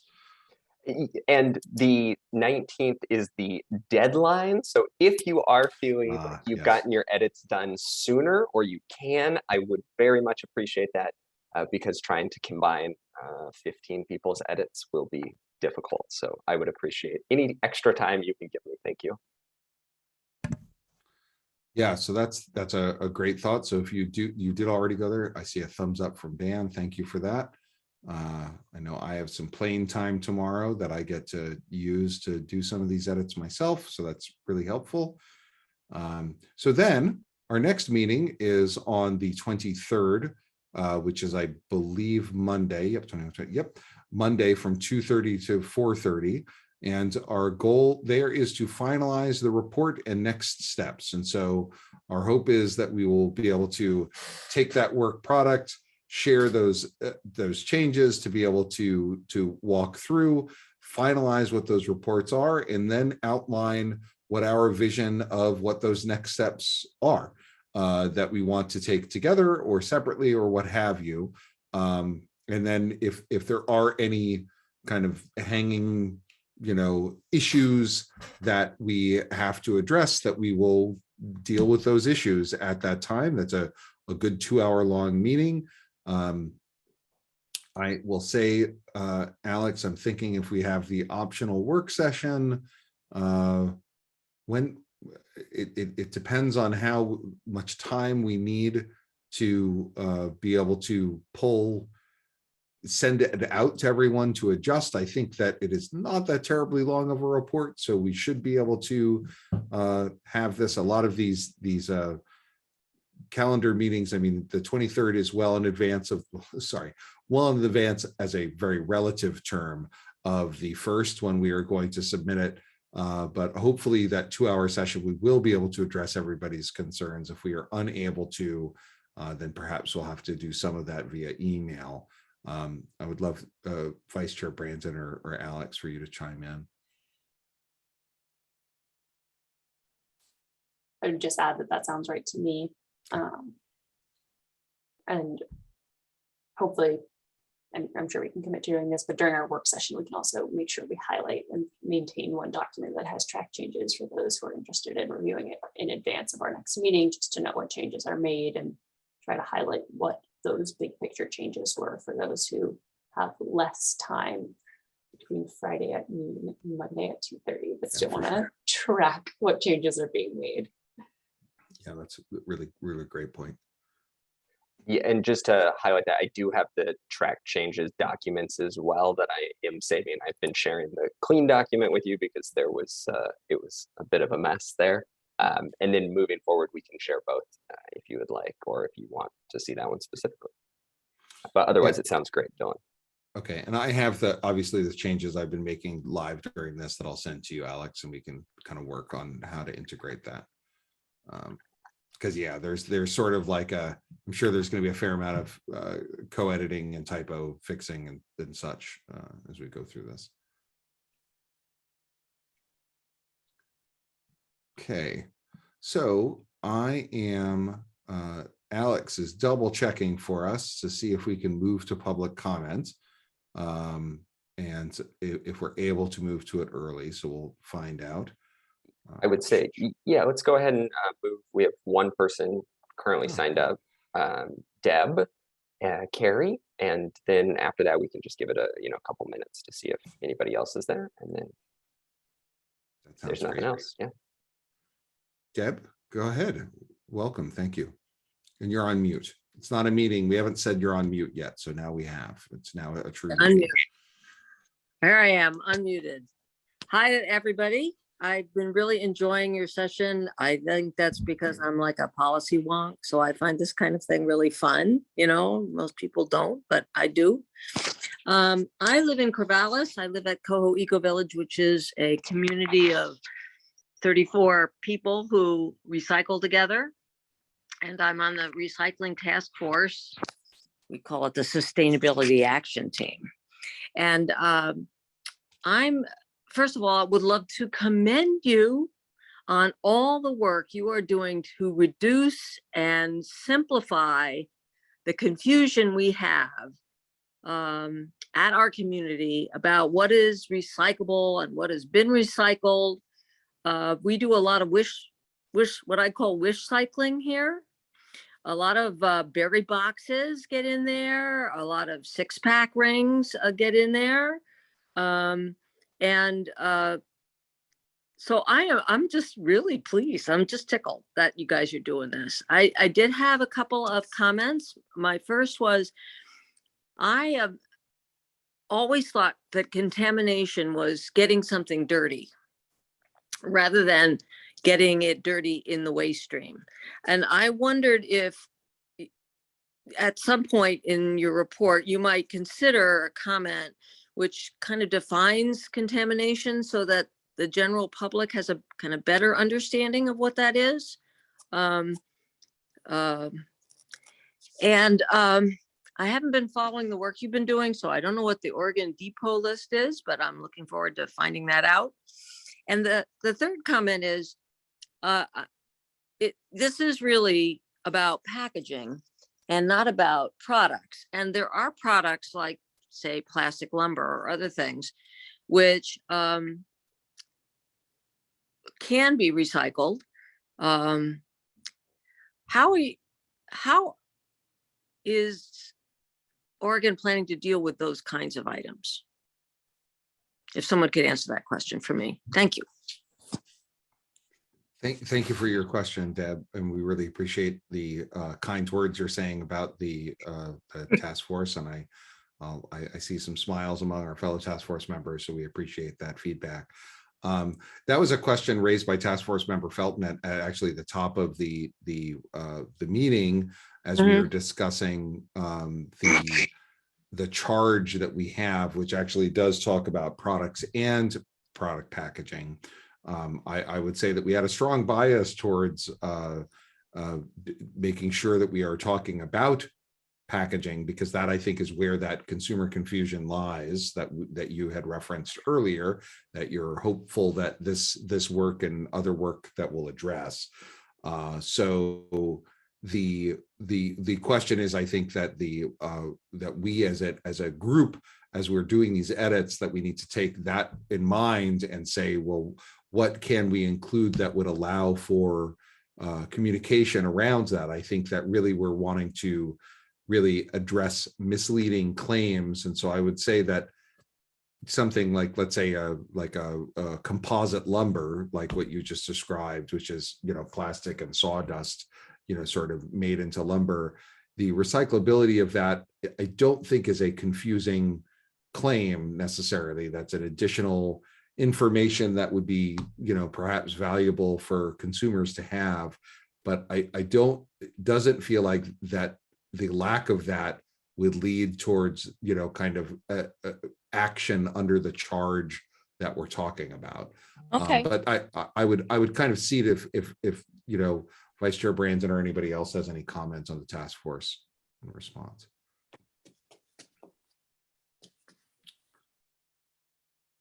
But I certainly appreciate it, and it's a great echo and something to keep in mind for us as we are addressing our charge. So thank you for your comment, Deb. Really appreciate it. Well, that was only because it was mentioned in the beginning, and I became aware of it, that I started thinking about that. So did you address the contamination thing and at all? Did I hear any response to that? Oh, I'm sorry. I was going in opposite order, and I should have done so. No. That's a great comment. I don't think that we have a definition of contamination in this, and I think that is adding that to the list is something I will do right now. So thank you for that. You're very welcome. And again, I just want to completely thank you all for the work that you're doing. Clear labeling is such an important part of the process. And here in Corvallis, Republic Services has had us use the shape of plastic rather than the number. And it is totally confusing. And I'm also hoping that when your recommendations become law, that they will also reflect the fact that the entire state will be able to respond together, so that something that's recyclable in Corvallis will also be recyclable in Eugene, and will also be recyclable in Portland, because that also is a real issue in terms of consumer education. So I appreciate that. Our pleasure. I think 582 implementation will greatly help with that issue. So thank you so very much. Well, thank you. All right. Alex, go ahead, and then Commissioner Kramer. Yeah, just to respond to Deb a little bit, I did put the material list project information in the chat, so you might want to check that out to look at what other items are on the list to be accepted and what that process looks like. And there's some other information on the website about the implementation of 582, which might answer some of your other questions about the composite lumber and things like that.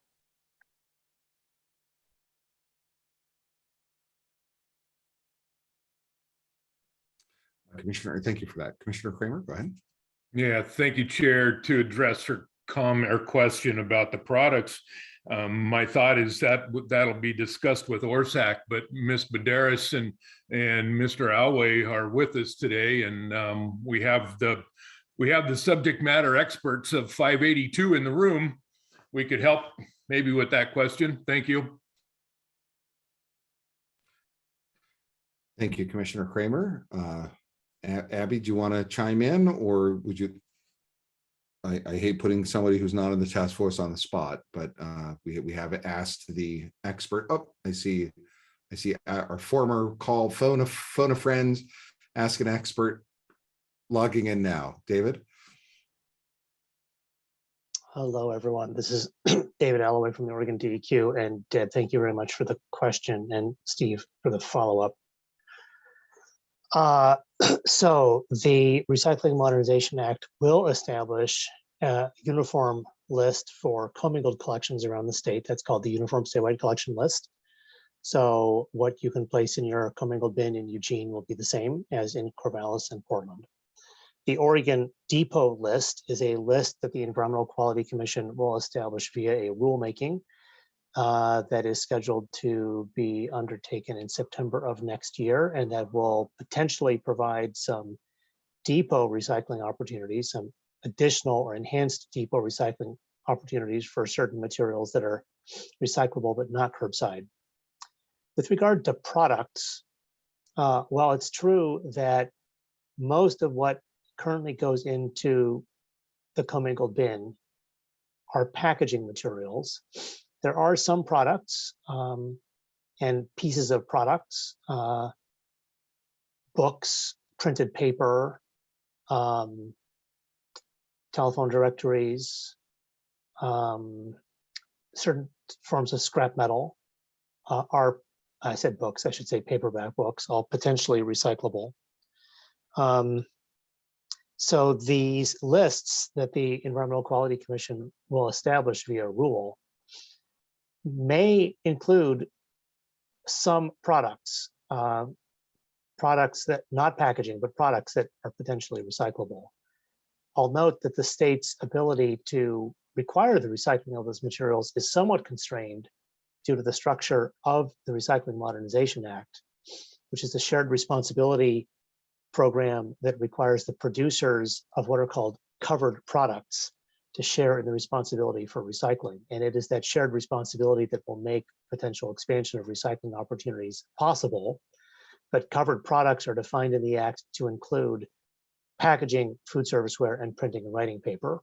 So bowling balls, diapers, garden hoses, and the like, none of which are recyclable, but all of which contribute to contamination in the system, will remain a free rider contributor to contamination in the system, and one which the recycling system, without help from producers, will have to address. So I hope that answered your questions. You're getting a big thumbs up, David. Thank you so very much. We are always appreciated for our expert phone friends. We appreciate that very much. Thank you. All right, Stella appreciates it as well. So are there, as I've already done the next steps, I have no more slides in my slide deck. I think we have clearly outlined it. I don't believe we have any more public comments. Alex, is there anything else I need to do before I can close up shop? I don't believe so. I think we are good to go. Okay, well, I do know one more thing I can say is thank you. Thank you to the vice chair and my fellow task force members, and as always to DEQ's excellent guidance and support and expert drafting of helping drive this forward. We would not be getting as far as we are without them. Thank you all. Thank you all for all of your time. And you're welcome. 10 minutes back. That is a first of the task force. And hopefully you'll use it to read those public comments or the report yourself. So thank you all so very, very much. And have a great afternoon for the rest of you. Thank you so much. Thanks all. Thanks, everybody. Bye. Good job. Thanks, everyone.